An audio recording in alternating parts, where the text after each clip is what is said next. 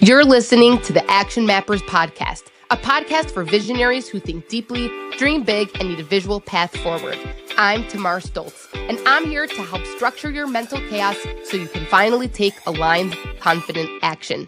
In each episode, I sit down with incredible guests who share their insights, tips, and tricks so that together we can go from overthinking to aligned action mapping. It's time to get clarity, take action, and become unstoppable. Hello, everyone. Welcome back to another awesome episode number 27. I cannot believe it. So crazy. Of the Action Mappers podcast. I'm so excited to be back with another amazing episode. Today is another really one of these people that have always been a role model for me, someone that I feel like I've known for so long because of his amazing books and learnings and teachings, following on LinkedIn. And again, one of those things that I reached out, and when he agreed to come on, I could not believe it. It was a very humbling, very honored to have him here. So today, I want to welcome to the stage Roman Pichler. Thank you for being with us, Roman. No, it's my pleasure, Tama. Thank you for having me. Thank you for coming, giving your time. I mean, for those of you who don't know Roman, he is he's the leader, really, in the product management space. I feel like, it's not just an expert, but really a leader, someone that's been spending, what is it, over 20 years, right? Specializing in product leadership, product strategy, coaching and training managers and product owners, and really just leading in this space. I mean, I think I got to know you from your book, Strategize. I think probably those of you who know Roman, I mean, Roman's, I think you authored 4 books, right? But I came across the book Strategize, How to Lead in Product Management, and LinkedIn, and it's just the amount that I've learned really from you is amazing. And so it's really an honor to have you here. Thank you for joining us. Oh, that's very nice of you to say. Thank you. Yeah. So, okay. So, Roman, can you give us just a short, introduction to who you are, the work you do, how you got to where you're at? Take it away. Sure. Yeah. So, I mean, you've already kindly provided a little bit of background information on me. But maybe I should start by briefly describing how I got into product management, which was sort of by accident, really. Like, I guess many people, sort of, at least my generation, still, I guess today many people fall into product management. So for me, I was working as an in-house consultant at a large company. And we were tasked with saving a new product development project. And so, it was about the goal of the objective of the project was to offer a new healthcare product. And so I ended up, and while originally we were kind of focused on the technical work, I ended up working with the product management team and quite a bit with the lead product manager. And I learned a lot from that. Unfortunately, the development effort wasn't successful. But my interest in product management really got sparked, and that's really how sort of my relationship with product management started. And that was back in 2001. And ever since then, I've taken an interest, and over the years, kind of started to specialize in strategy and in leadership, because I feel that these are areas where product people can make a significant impact, but sometimes also where, in terms of the development of the knowledge and the skills as product people, we can benefit from just going a little bit further and going a little bit deeper. And so the work that I do is I work with a number of clients and offer coaching and consulting services. And then I run public workshops, public training courses. So for people who, just want to learn more about product strategy or product leadership aspects. Awesome.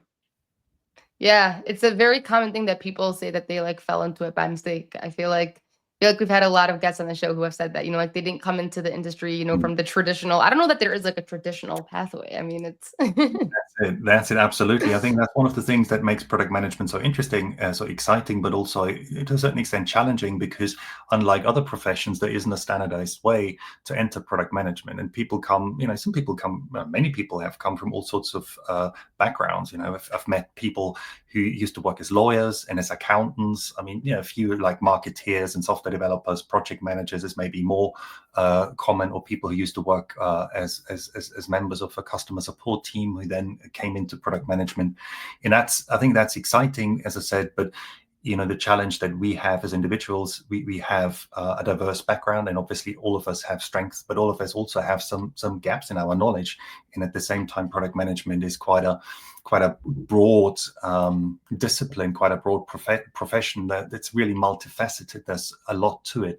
So it can mean that, in terms of our own personal development and learning journey, we just have to be patient and persistent, and continue to look at, okay, what are new things that I can learn. Having said that, these days I think there's so much information, so much great information available for free or at a very reasonable cost, that it's more a question of who do I listen to and what kind of information is really valuable for me, given where I'm at and where I'd like to go to. So yeah. Mm-hmm. That's a big one. It's very interesting, Roman, because the podcast has had like an interesting like evolution, because when I started it November 2nd, 2024, I was most of the clients that I was working with were either they were an in-house, like part of an in-house team within a corporate company, or were maybe like just leaving corporate, but they were like usually like part of a team, to some degree. And now a lot of the people who are tuning in are entrepreneurs or solopreneurs or founders, early, stage startups, who probably are finding themselves in similar situations. But I found that a lot of the like terminology that we use in corporate wasn't necessarily understood or like referred to by the same like terminology with people who didn't either come from corporate, are not familiar with that corporate, or just are thinking like, oh, product strategy, is that like my marketing, like, trying to figure out what does that mean for someone who has their own business, or, an entrepreneur. So it's interesting, as somebody who is coming from corporate, for myself, it's interesting to hear you talk about like this product strategy. And I think, it's important for people who are listening. I think it's a topic that's, applicable to everyone and anyone, no matter what it is that they're doing, right? Like if they're leading a team, they're a member of a team, individual contributors, consultants, business owners. I'd love to hear like how you define, I guess, product strategy. Like, is that marketing? Is that personal branding? Is that, like there's so many, different terms. And I feel like you're the person when it comes to product. When I think product strategy, like I picture you. So I'd love to hear, your thoughts, definitions, around that topic. Yeah, sure. No, I'm very happy to share. So, as you kind of hinted at, I guess, without wanting to put words into your mouth, I mean, strategy, different people have different ideas what a product strategy is. For me, essentially, it describes the approach that we've chosen to achieve product success. So maybe a good way to think about it is that it's a framework that's actionable enough to make more specific, or to inform more specific discovery and delivery related product decisions. And to make this more concrete, I like to describe 4 elements in a product strategy. I like to talk about the audience, the market segment, the target group. So who are the beneficiaries? Who are the people who should use the product, or who are the people who should possibly purchase the product? And making sure that those individuals are described, sufficiently enough, so we can tell somebody's included in the target group, or somebody currently, we don't intend to address those individuals. Recognizing that, if we try and build a product that pleases everyone, chances are that we're not going to do a good job for anybody. And then the second element I like to include are the needs, or what is particularly the main problem that the product should address, or what is the benefit it should offer, or what's the primary job that it should do for the users, and maybe the customers, if there are customers. So what's the reason for people to engage with the product? What's the reason for people to use the product? What's the reason for people to spend money on the product? what specific value does it create for them? And maybe to make this a little bit more concrete, an example I like to use is the idea of creating a healthy eating product. And so the benefit might be to reduce the risk of developing type 2 diabetes. So, that sort of level of detail I'd be looking for in a needs statement, particularly thinking about the main need or the main problem that the product should address. And in terms of the target group, it might be middle-aged men like myself who maybe don't always eat as healthily as they should, and maybe have busy lifestyles, but maybe can afford to own a smartwatch and smart scales and so forth. And then the third element I like to include are the business goals, the desired business benefits. So what value should the product create for the company developing and providing it? Is it about generating revenue, achieving profits, generating profits? Is it about developing the brand? Is it about generating valuable knowledge and a technological advantage? Or is it about increasing productivity and saving costs? Think about a product like an internal software platform, for instance, that tries to free the application development teams from having to worry about infrastructure code. So again, sort of clearly describing that and stating the reason why it's worthwhile for the business to spend money on the product. And then finally, and that's particularly helpful for commercial end user facing products, what are the 3 to 5 aspects that make the product stand out, make it specific or special in any way, give it a competitive advantage if you want. So set it apart from the competition. And thinking about sort of a diabetes app, it might be something like that it's super intuitive to use because it's got this amazing dashboard where I can see eating trends real easily, that it integrates with leading smartwatches and smart scales, and finally that it offers personalized AI-based eating recommendations. So again, those aspects, those features that make the product stand out, set it apart from competing offerings, and create a reason for people to choose it over those alternatives. So those are the 4 elements that I find really useful to describe in a strategy. And then that usually is a good solid foundation in order to think about more specific product goals or objectives, and then make product discovery and product delivery related decisions. Wow. That's awesome. And it's so fascinating to hear how you break those 4 things down, because one of the biggest challenges that I've seen both in corporate and now in working with founders and entrepreneurs is those 4 elements are going to be very specific to the person or to the company that is creating the product. And one of the biggest challenges I've seen is people selling their award-winning, strategies, right? Like, take this, copy paste this, and you'll be successful.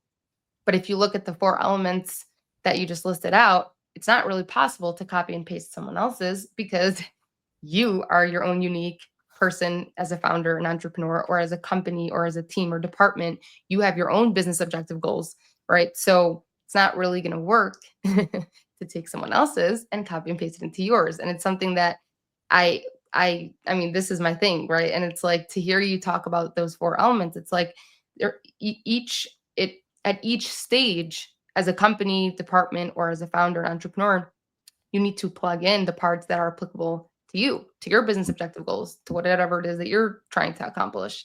And so, that I would say is one of the biggest. I'm curious to hear, like, from your standpoint, like, if you found with clients that you're working with, how people really get stuck, trying to either take a shortcut or the easy way out, or just, buy someone else's, but Yeah. skip Yeah. these 4 steps.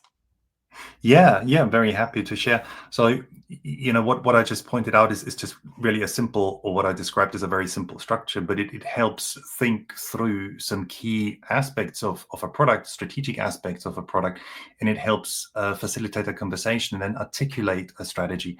I mean, any product that's out there, any product that is in use has a strategy, I would argue. Otherwise, it probably wouldn't be around anymore. But I find that the strategy of a product hasn't always been articulated. And you could say, like, well, what's the big deal about this? Who cares? But the problem is, if we don't articulate, if we don't write down or visualize the strategy in an appropriate way, it's very difficult to look at it. And it's very difficult maybe to look at it as a group exercise, as a collaborative exercise, and ask ourselves, is this strategy still valid, in the sense that it is based on some form of empirical evidence, and is it still valid in the sense that is it helping us to shape the future and create the desired impact and move the product forward? So a strategy should always point into the future and help us shape that future. And strategies get outdated as the market changes, as the competition changes, as technology changes, as sometimes the organization changes, the strategy is no longer viable. It becomes invalid. And then, it's a good opportunity to be aware of that and adapt and rework and change the strategy early enough. So, and it really starts with, as I said, sitting down and articulating the strategy and thinking through it, and then asking ourselves, are the statements that we've put down, are those based exclusively on past experience, or is there maybe some speculative element in there? Is it because, the big boss thinks that's what the strategy should be? Or, do we have empirical evidence? Do we have data to back up those statements, and do a little bit of analysis around that? Mm-hmm. Right. It's so interesting because what you're saying, like, I remember, and this comes up a lot too. Like, when people ask you about strategy and when to sit down and revisit, like, is there a specific either routine or time frame that you recommend? Because I do find that people, it's like a check in the box. Like, I've created my product roadmap. It's now a sacred document that goes onto the bookshelf. It's not touched. I did it, and now we can, move forward. Thank God for that. Yes. Yeah. I think that's sort of, to a certain extent, the traditional way of carrying out the strategy work. The strategy work is kind of confined to a specific stage or phase, and we do the strategy and then we focus on execution. And as you said, lucky us, the strategy work is done.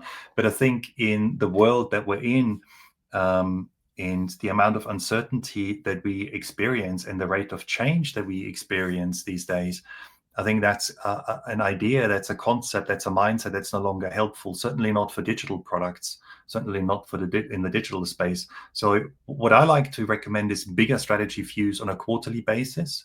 And I'm a big fan of collaborative reviews, bringing together the right people. So, in a more maybe corporate setting, that would mean members of the product team, and also key stakeholders. And then, in addition to that, doing a little bit of continuous strategizing, spending up to half a day every week to look at data as it becomes available, and see how the product is doing, and look at the right KPIs.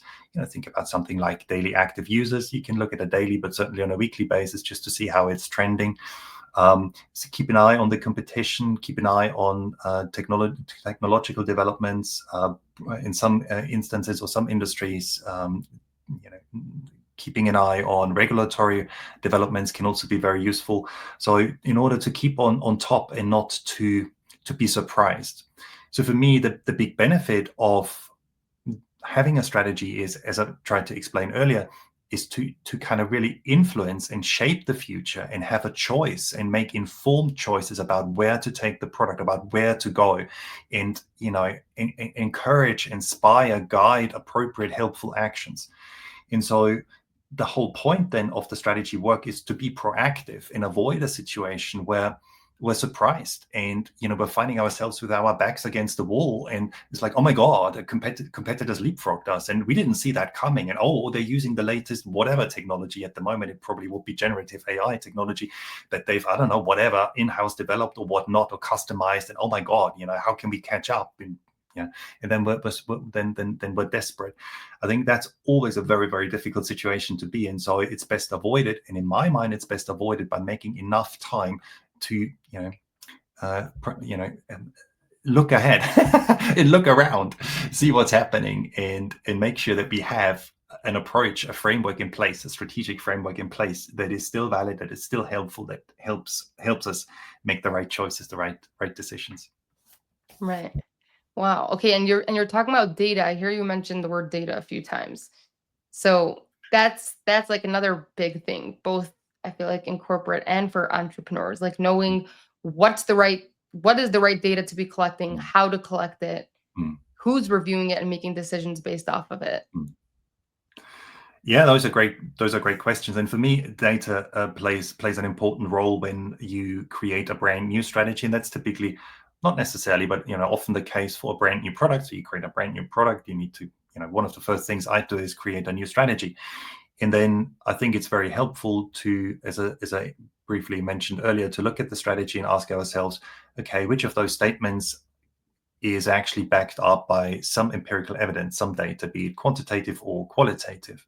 And where do we have gaps? Where are assumptions? Where are risks hidden? And do just enough work, just enough validation, just enough research work to make sure that we've addressed the key risks or the key assumptions. Because it is so easy, and I think that's maybe even more so true for entrepreneurs than in a corporate setting, to be really excited by an idea. And I've fallen prey to that as well, and thinking, this is amazing. Yes, yes, yes, yes, yes. Let's do it. Let's do it. Let's do it. And you kind of get it carried away and persuade yourself that that's the best thing that you could possibly do, and it's going to be an amazingly successful and desirable product. But if you stop and you look a little bit more objectively at your ideas and you articulate them, and then do a little bit of analysis around, okay, what are the hidden assumptions, what are the risks, and what's this statement really based on? Is there anything that backs it up, any evidence?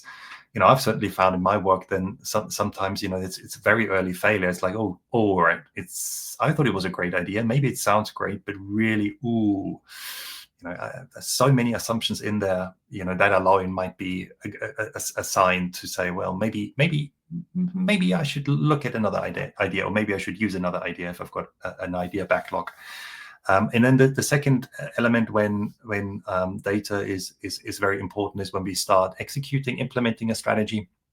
We want to make sure that the strategy is still working. And so collecting the right data, using the right KPIs, key performance indicators, the right metrics is super important.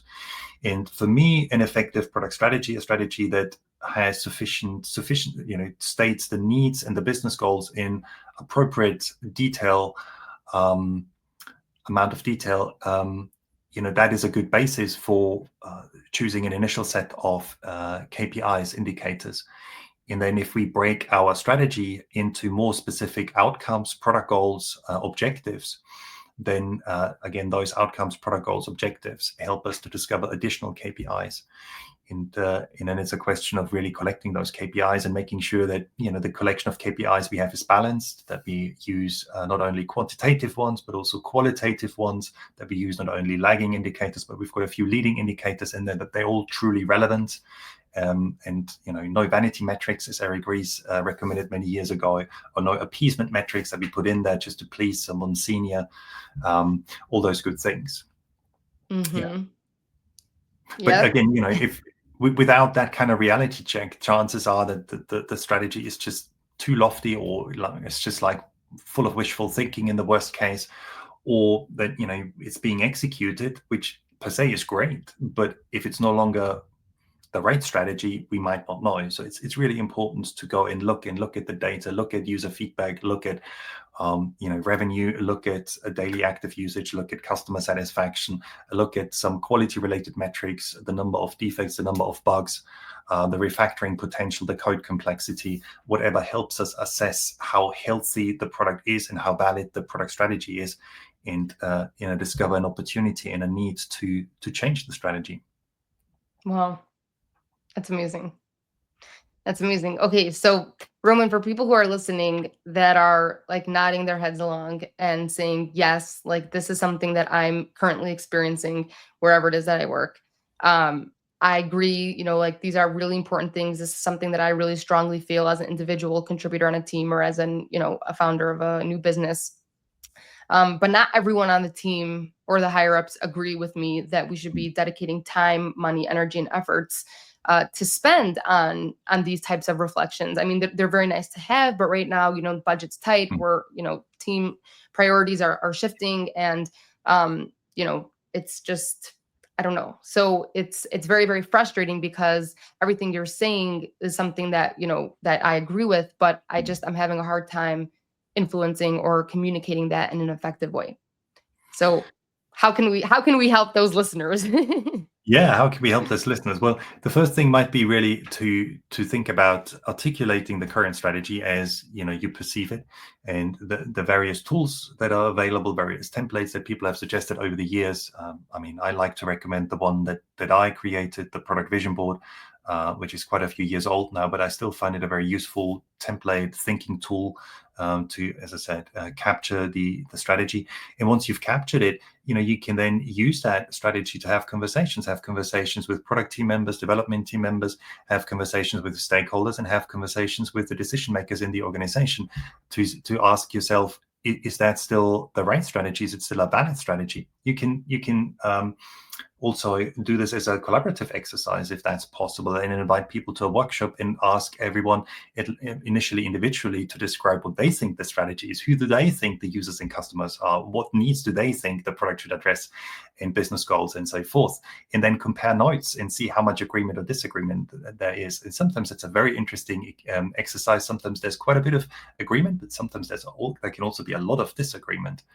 And then helping the decision makers understand why it is helpful to have a strategy. And I would argue, if you don't have a strategy, then chances are you'll be very reactive. Chances are that you don't have a framework in place to make the right discovery and delivery related decisions.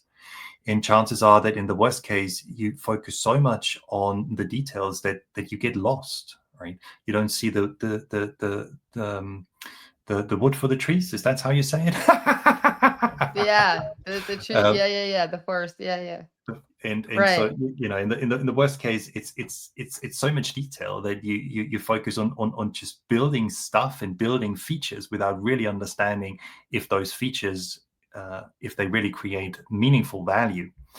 And the other thing that happens when you don't have a strategy that's been articulated for a product and it's kind of understood by the key people involved in providing that product is there's no way then to link the product specific decisions to the business strategy. I mean, how would you do it? There's such a massive gap between the overarching business or corporate strategy and then people essentially writing code. And the product strategy plays an important part in linking the two together. You could say frontline work that people do, the actual product development work, and the higher level business strategic decisions that have to be taken as well in order to make sure that the business as a whole is and stays successful. I mean, you may need a little bit more than just a product strategy, but again, the product strategy is a key element in that chain. And so without the strategy, as I said, how do you make sure that actually the business strategy is being executed, is being implemented? Very difficult, I find. Right. For sure. No, that makes a lot of sense. But I And mean, sorry. yeah, no, go ahead. No, but I mean, I think it's also important to recognize that product people sometimes have a hard time not only to make strategic decisions, but to feel empowered that they can influence and shape the strategy. I personally, I'm a big proponent of empowered product people and empowered product team, or fully empowered product people and fully empowered product teams, and giving product people and product teams the authority to shape the strategies or the strategy of their products. But again, I think if that's not the case, and often that's not the case for product people, then a first step would be to capture your own thoughts or your own ideas and start that conversation. And that way, start influencing the decision makers. And then possibly a next step might be really to maybe claim some of that empowerment. And sometimes it's best to do something rather than ask for forgiveness rather than permission, as they say. And you could consider following a similar approach with a strategy that you articulated, and maybe you even do some initial strategy validation if that's possible, and start practicing it, and at the same time initiate those conversations. Right. And who knows? I mean, the boss or the big boss might be very glad for that, and it might be very pleased. It might be saying, "This is great. You continue. You can continue doing the strategized stuff." Right. It's so hard because it's a very fine line, especially today when like the economy, everything is just so like unknown and unstable, that I think there are so many people who just are scared for their jobs, that they don't want to, create any noise or rock the boat, Mm. because it's scary. Yeah. That's very very understandable. That's perfectly. I mean, that's yes. Right. But I think it's at the end of the day, it's probably always a question of which context are you in and what works best, given the organization and given the individuals that you work with, and work in. And so, yeah, but again, I think if strategy is something that is sounds helpful, then the first step is really articulate the current strategy and then look at it and say, like, okay, is that an effective strategy? Again, is there some data to back that up? And is it also a forward-looking strategy? Does it help us make the right decisions and shape the future and be successful in the future? And if all the answers to those, if all the answers are yes, that's great. Brilliant. You've got a valid strategy, but at least you've got it documented so you can look at it together, and maybe every 3 months you can ask those questions again. Is it still valid? Is it still helpful? Is it still backed up by some meaningful data? And maybe Right. you'll find, somewhere down the line, it is time then to adapt the strategy and change it because market has changed, competition has changed, or technologies have changed. Right. Oh, it's so good. That's so good. Oh my. Okay, I could keep going and going, but for the sake of time, Roman, is there like one, I don't know, piece of advice or something that a mentor or role model once told you, or if some, I don't know, one like thought or tip that you would want to share with everybody who's listening that you feel would be I don't know, a nice thought to leave off with. Maybe not to pressurize ourselves too much. You know, for me, learning about strategy and specifically product strategy has been a journey over the past I don't know, 14 odd years, and I'm still learning today. And so to become really well skilled or fluent in product strategy, it takes a little bit of time, and you likely have to develop your knowledge and the ability to apply your skills. And so, don't put yourself under pressure. Don't think you got to know everything. I think what is I find always helpful is to be somewhat realistic, and also then recognize that I've got knowledge gaps, and then think about, okay, how can I close them? And continue that process. I think a continued learning and development process is so helpful, so valuable for anybody interested in product management, particularly if you don't have a head of product who helps you with this, who is supportive, and who encourages you to set learning objectives.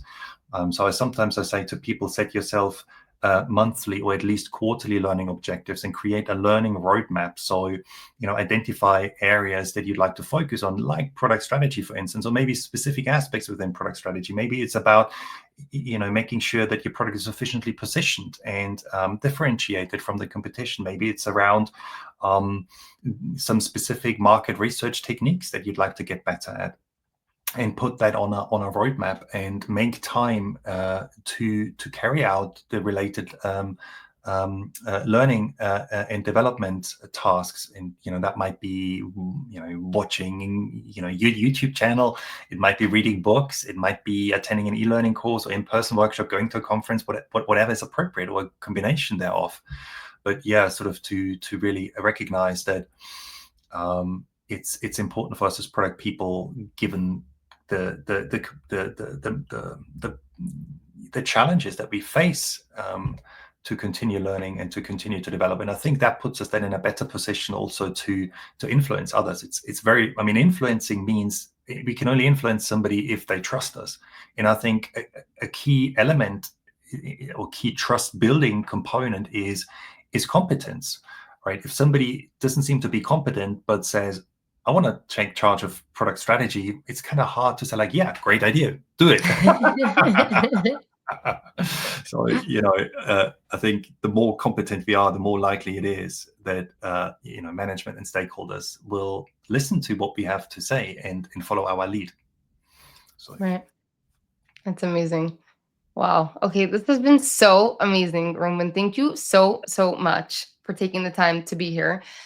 For people who are listening who want to get in touch with you, learn more about you, what is the best place for them to uh, go find that? Yeah, best place is to go to my website, romanpichler.com. And you can also find me on LinkedIn and Instagram and YouTube. But yeah, romanpichler.com is probably the best place. So plenty of articles. My books are on there. My podcast is on there. Videos are on there. Tools and templates are on there. So yeah, maybe a good starting point. Amazing. So awesome. Okay. Well, thank you so much again. This has been amazing. So insightful. And I've learned so much. And I know that those of you who are listening have also. If you want to reach out to Roman, you know where to find him. I'll put the links in the description below to his books and the website, anything else that we discussed, helpful tips. And thank you everybody for tuning in and listening. And thank you again, Roman, for taking the time to be here, share your wisdom Pleasure. and expertise. And have a wonderful day, everyone. Thanks for tuning in. Thank you. Thanks for tuning in to the Action Mappers podcast. If today's episode sparked an idea or gave you clarity, share it with a friend. And don't forget to subscribe so you never miss a map-worthy moment. Until next time, get clarity, take action, and stay unstoppable.